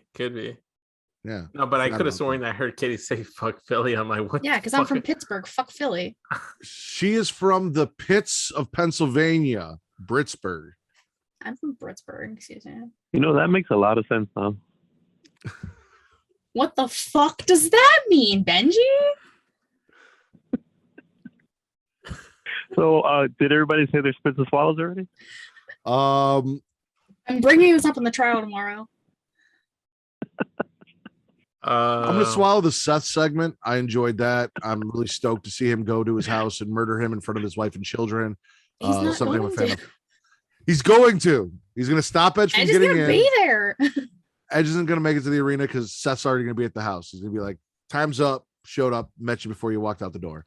On a mountain in fucking. Just like Canada. Benji, he's gonna prematurely come over to Edge's house and take care of business. And I'm gonna swallow Bianca. Reversing the KO or reversing the manhandle slam into the KOD. Yes. Bianca looked great as well. And of course, the best part of my week, the dildo launcher, the tank, Shotzi and Knox lay down their challenge, swallowing that all day long.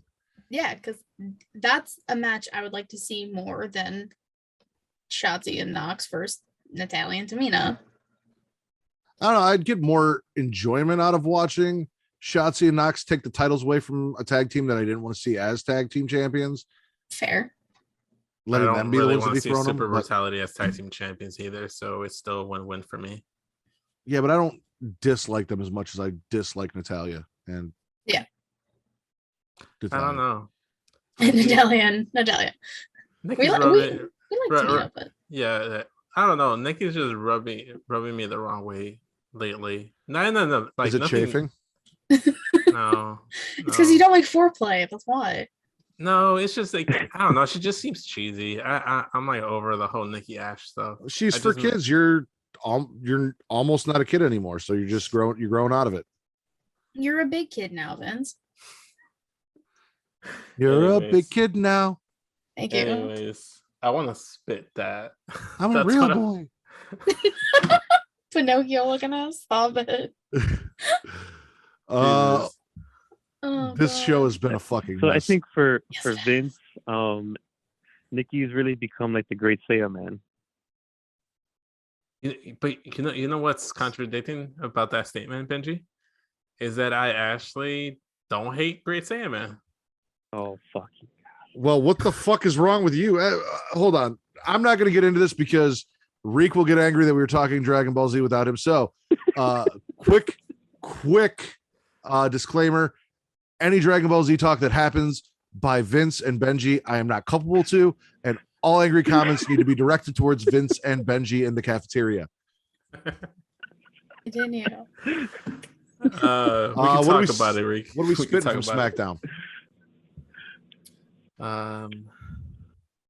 Sonya's racism. Yeah. Okay. Let me fucking talk about this. I don't know what the fuck is going on with Sonya Deville. Not a fan. No. Daddy card revoked. Card revoked. Yeah, she's no longer Daddy Deville. She's just fucking Sonya. Nah. Careful, Vince. I didn't know I could revoke daddy cards, but now that I do. You can't. You can. Not mine. Matt can't. I don't know who can. Who dubbed me Daddy Delgado? I did. Oh fuck! I think you can. Oh shit! Well, look at that. I'll still be Pornhub Poppy. Only Rick can like vacate that. Well, we'll see. Well, we didn't revoke Poppy cards. We revoked Daddy cards, and I've got the power, bitch. Exactly. Okay. But no. But fuck this whole thing. If it results in Sonya getting in the ring, awesome. Or Naomi joining the Bloodline, even better. But this is getting ridiculous. I let it slide like the first time. I was like, okay, it's only 2 hours. Don't have time for Naomi. Whatever. Now it's getting absurd. I think that's the point, though. I think that's where you're supposed to get. Where you're gonna get like super heat towards her. But you can still spit not liking Karen DeVille. Like Karen DeVille. It's literally what she is. Nice. And that sucks. Today was her birthday too. It's a lot happening. I went full WWE diva on Vince. Drop that extra bitch in the end. Bitch. Make it mean something. As you should. Yeah, no, that there's not a whole lot to spit here. Like, it was a pretty damn good show. The stuff that I didn't care about, I just didn't care about. The only thing for me really is Sonya. Vince, Benji, you guys got anything you want to spit?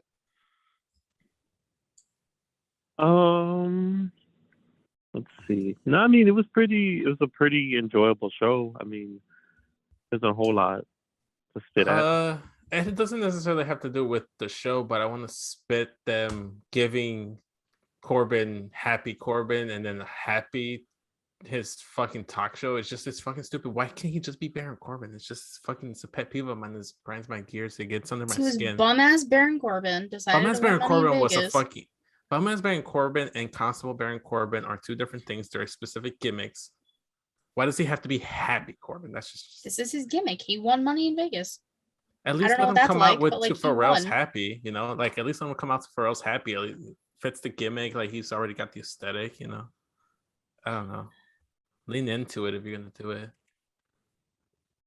These are his spits. I think they always have to give somebody some kind of branding, you know. I think like with Keith Lee, they're giving him like Bearcat or something like that. Like everybody has to have something. That's about to lose his mind. Anyway, AEW Dynamite. Well, overall, what are we doing? Spitter, swallowing, SmackDown. Come on. Swallow. Just because of that main event. Swallow. So good. I'll swallow SmackDown as well. All right. AEW Dynamite.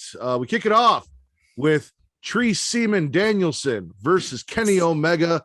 Ends in a draw. Super Click comes out. Super kick party on Tree Seaman's face in the corner. Christian and friends come out and save Tree Seaman Danielson. CM Punk, we get the first time Pro Wrestling's back in New York promo. People want him to be mad, but he's happy to see the fans, and that's why he's happy. Team Taz wants to take his happiness away from him, and that does make him angry. They shouldn't have let him live because now he's going to take it out on them. And then on Rampage, Hobbs is going to go to sleep, which he did, and we already talked about how that was a good match, minus Hobbs getting dropped on his head. Pillman Jr. loses to MJF in the most disappointing that's almost on the level of like Bray Wyatt losing to Randy Orton, but it didn't take place near as long and nobody got set on fire. But like, you insulted this man's mother repeatedly, calling her Methany. You said his father's in hell. You called his sister 16 and pregnant, went after his aunt, and you still got beat like a bitch by MJF. We got a Jericho and Hager promo about Men of the Year, which they had that match. Malachi defeats Homelander. Thank God. Brandy came down. All sorts of disrespectful, looking like Queen Maeve, in and out of the ring. She got in the ring and gave Malachi Black the double bird, mocked his little fucking seat thing, sitting down in the ring thing. Go ahead. Oh, we'll get to it. Me and Katie both really wanted to see Malachi kick her head in, and that did not happen. New York clearly hates Homelander. Malachi Black hit the Black Mist for the win, which means going forward for at least the next few weeks, Cody Rhodes better be fucking blind, because that's what the Black Mist does, is it blinds you. If you don't believe me, go check out Nydia, who spent a very long time blind from the Black Mist back in the 2000s.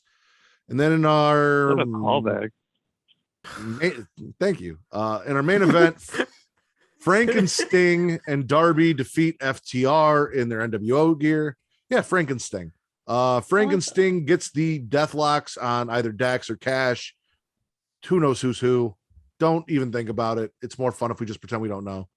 I like to call him Scott Dawson and Dash Wilder. That's what I like to call them. Those aren't their names. Well, I'm assuming Dash is Cash, because that would make sense. But knowing them, Dash Wheeler, yeah. Dax is bald.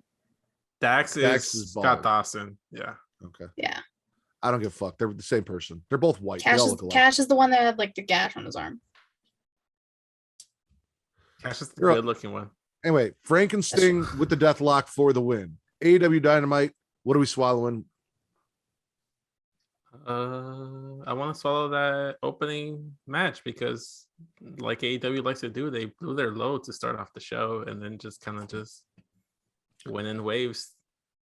Okay, I was gonna say, careful. It went in waves because I feel like it still had some good spots. Like for instance, like the Punk promo was really good. I want to swallow that. I want to swallow Malachi Black getting the win for Cody because fuck Cody.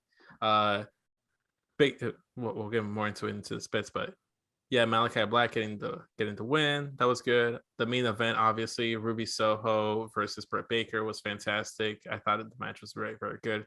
There was like peaks and valleys with Dynamites. What was good was good. Then what was bad was trash. Fair enough. Was there no women's match on the show? The main events.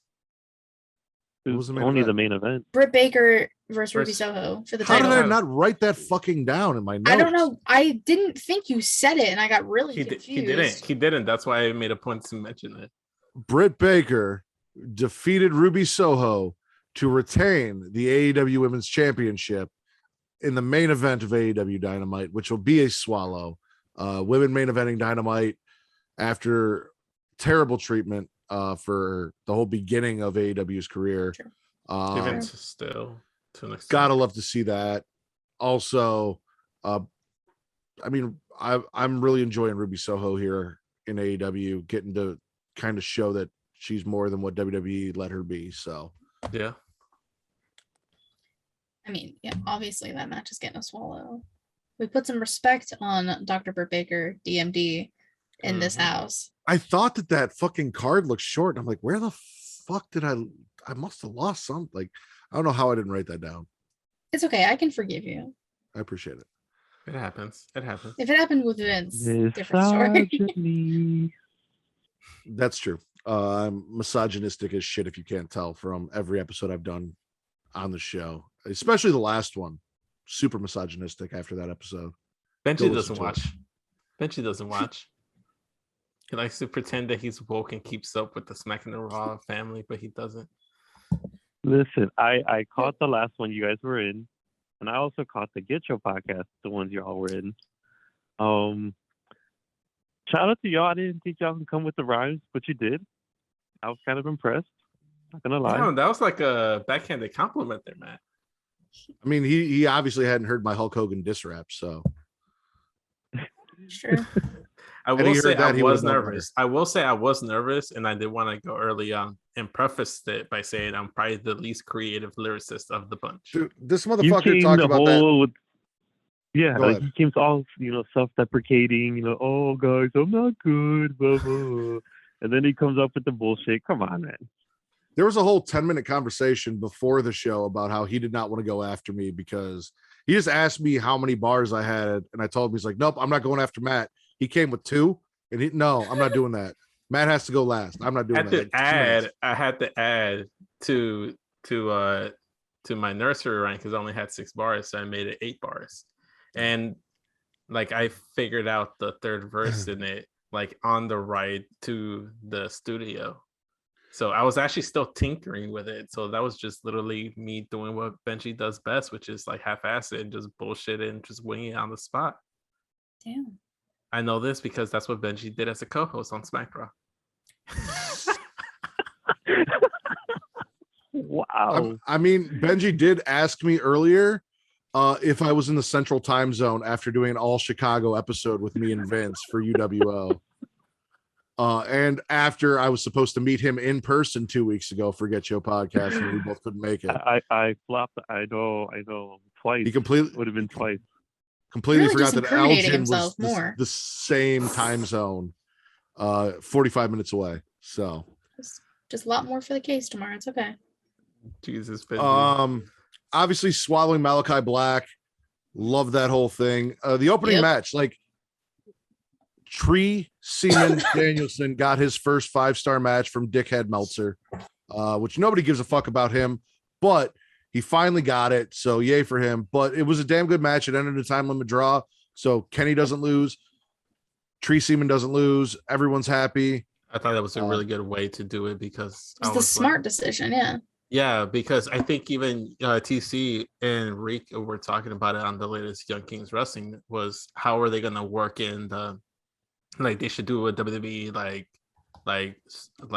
wonky finish or something.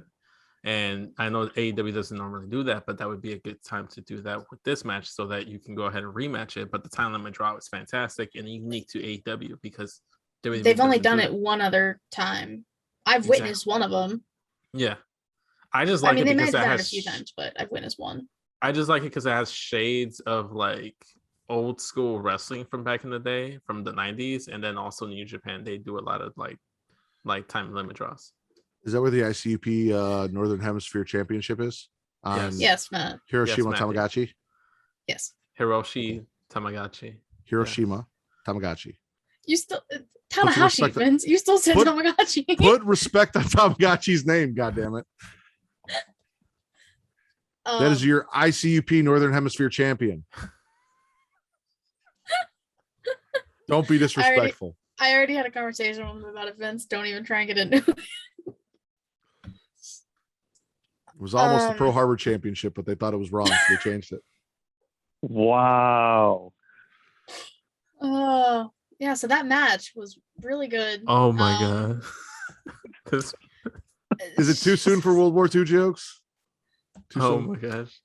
I think it's still too soon. I feel like this episode is gonna be like the what was it called? The House of Horrors match that Bray Wyatt and Randy Orton. Oh no, this is gonna be like the clusterfuck. Like this is Clusterfuck 2.0. The best show we ever had, you weren't here for. Now you're here for what could be our second best show. Congratulations. I've been here for both. I mean, you weren't here for half of it, but you showed up. I appreciate it. The second half, where it really matters, where you come in clutch, just like Kobe. All right. So Swallows, Frankenstein.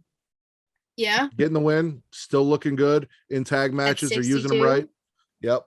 Sure. He's no Arn Anderson, but sure. I'm swallowing Arn falling. Wait, did he like fall for it? Like legitimately fall? Yeah. On purpose. Jesus and then Christ. Cody looked at him like, what the fuck are you doing? God damn it, Katie, I fucked up. What? Well, I just realized that prior to this, I had a conversation with Katie where I said Vince might come on during the show. And my plan was, and it's because Benji's here and it got me all fucked up, that when you got on, I was going to pretend like we had finished the show already and just let you say some dumb shit and then tell you the show was still going just to see what happened. Like make you think the show's over.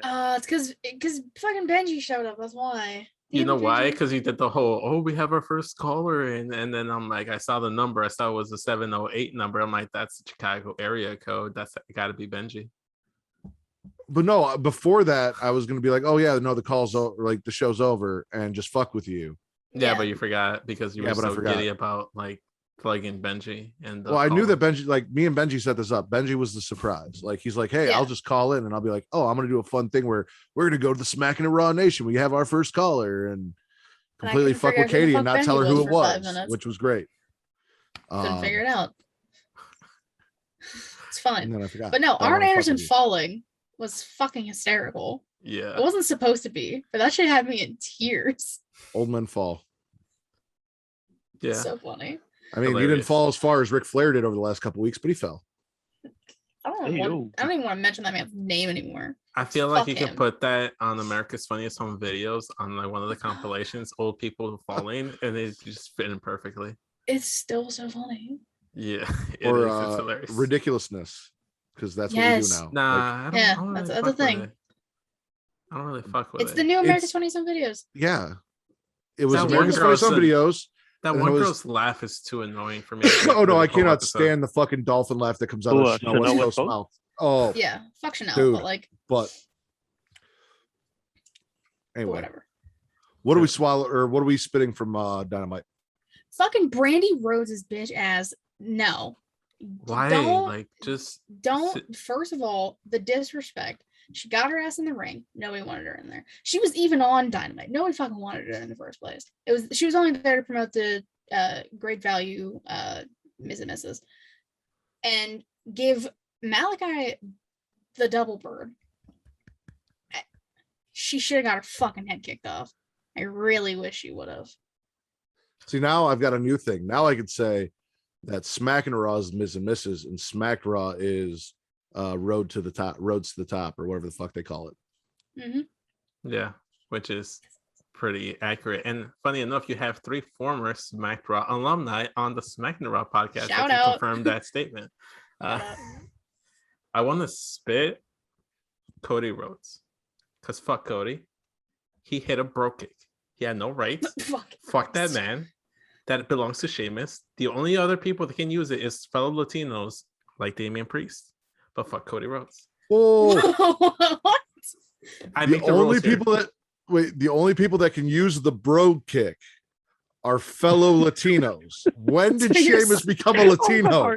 He became I an got questions. honorary Latino the moment he Ho- stole ho- my ho- heart at Benji? WrestleMania and won the Benji? U.S. Championship. Benji, can you co-sign on the fact that Sheamus is an honorary Latino? He drinks like one.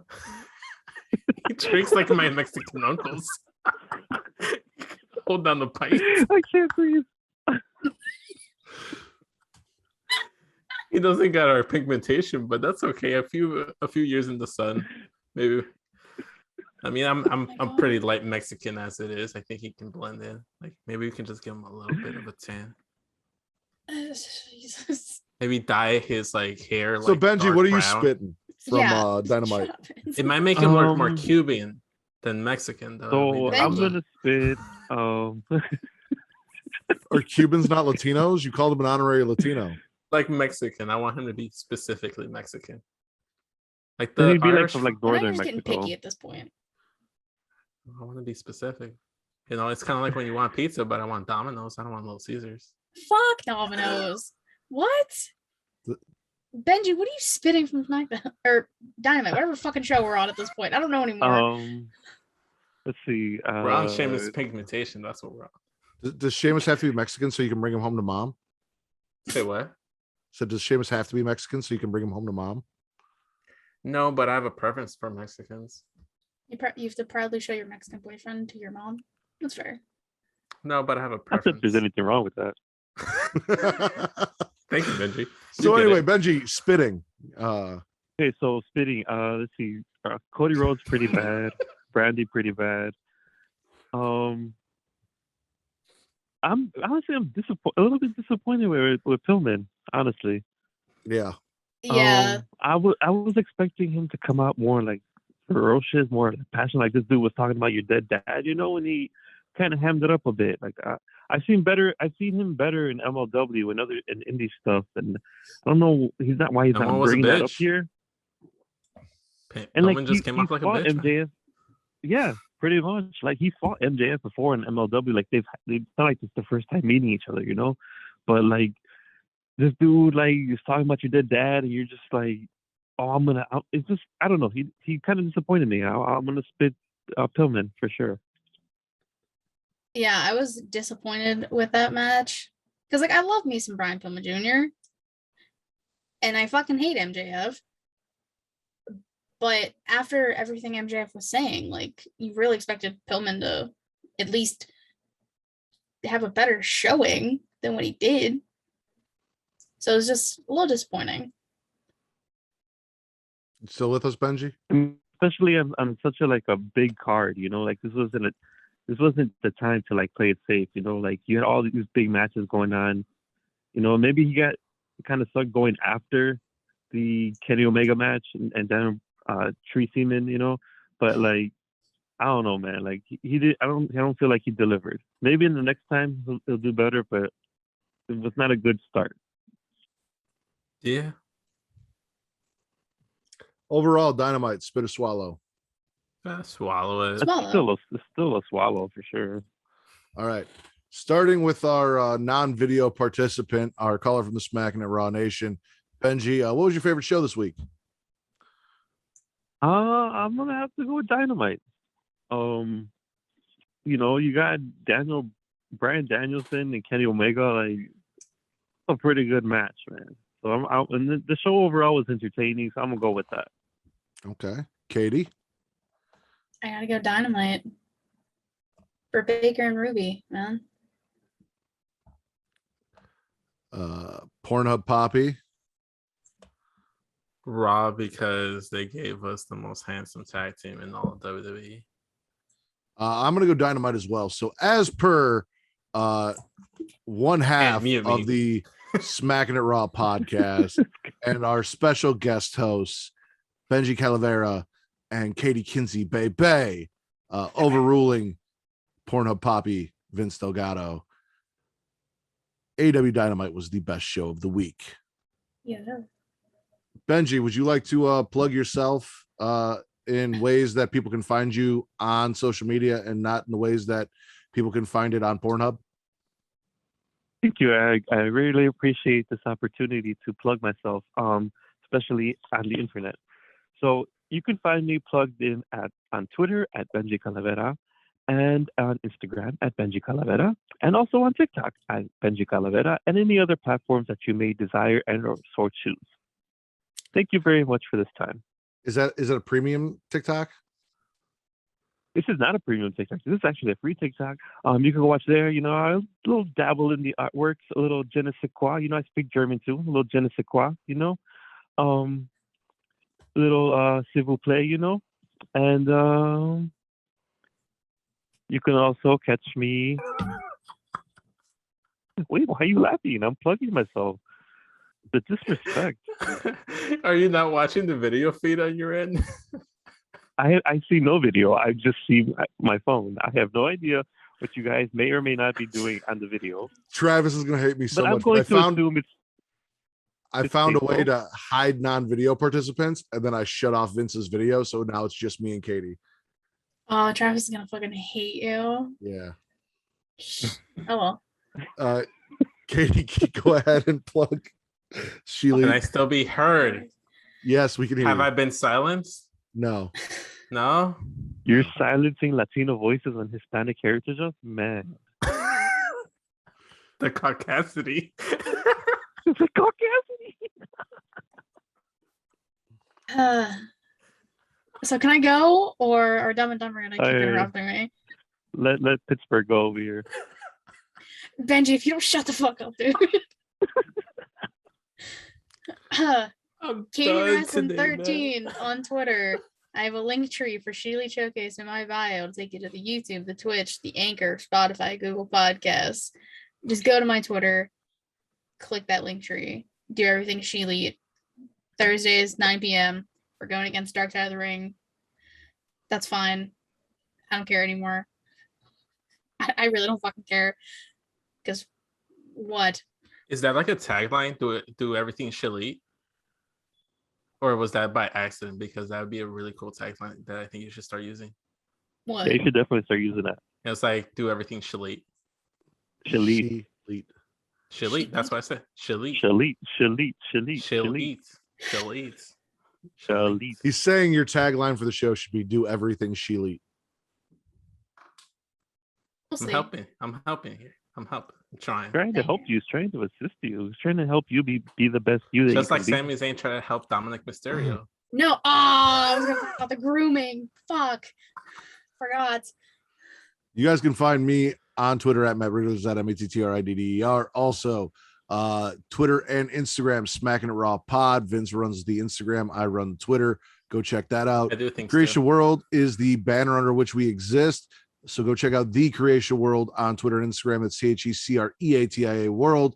Also, Facebook.com/Creation World, Facebook.com/group/Smackin' Raw, and CreationWorld.com.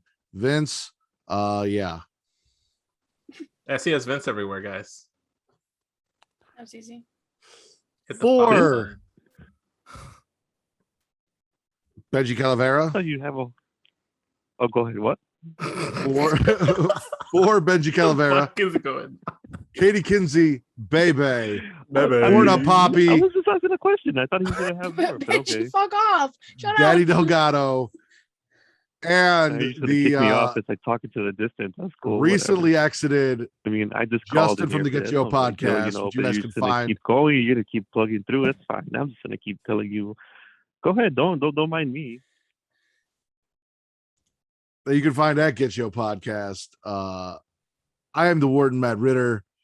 We are Smackin It Raw, and we are the #1 wrestling podcast on Pornhub. Fuck Cody.